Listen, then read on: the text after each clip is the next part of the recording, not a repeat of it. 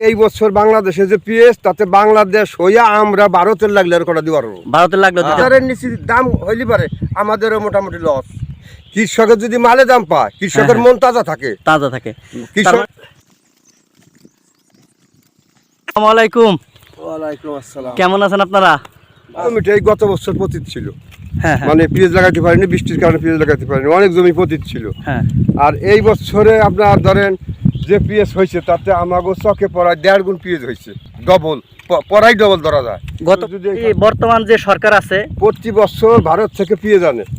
হ্যাঁ, আমার যদি সরকার যদি আমাগো দিকে একটু তাকায় তাহলে পরে আমরা যদি একটু দাম পাই তাহলে কিন্তু আমরা আমাগো দেশের পেঁয়াজ আমরা নিজেরে ফলাই আমাগো দেশের দাম আমরা পূরণ করতে পারি, বরঞ্চ আমাকে ভারত থেকে কোনো পেঁয়াজ আনা লাগে না এবং আনা লাগে না। কিন্তু গত বছর চাই যে ভারত থেকে কোনো পেঁয়াজ না আনুক, সরকার শক্তি থাকে, কৃষক একবেলা জায়গায় দুবেলা খাটতে থাকে।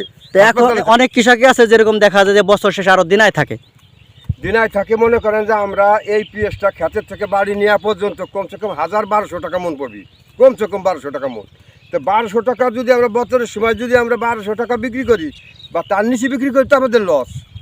আমরা ঘরে কিছু পেঁয়াজ রাখি যে ভবিষ্যতে কিছু দামের জন্য, যাতে নাকি আর কৃষকের কাছে বিক্রি করার আমার টাকা থাকে না, আমরা সেই হিসেব করে আমরা ঘরে রাখি। কিন্তু পরবর্তীতে যাইয়া যদি আমরা বেশি আমরা 3000 4000 টাকা চাই না, আমরা 2200 2400 2500 টাকা মন যদি আমরা আশ্বিন কার্তিক মাসে পাই তাতেই আমাকে যথেষ্ট। কিন্তু আমরা 4000 5000 টাকা আমাদের দরকার না, আর 4-5 হাজার টাকা তো আমরা সবাই পাই না, ওই 2-1 জন যা লাস্টে থাকে সে তারাই পায়।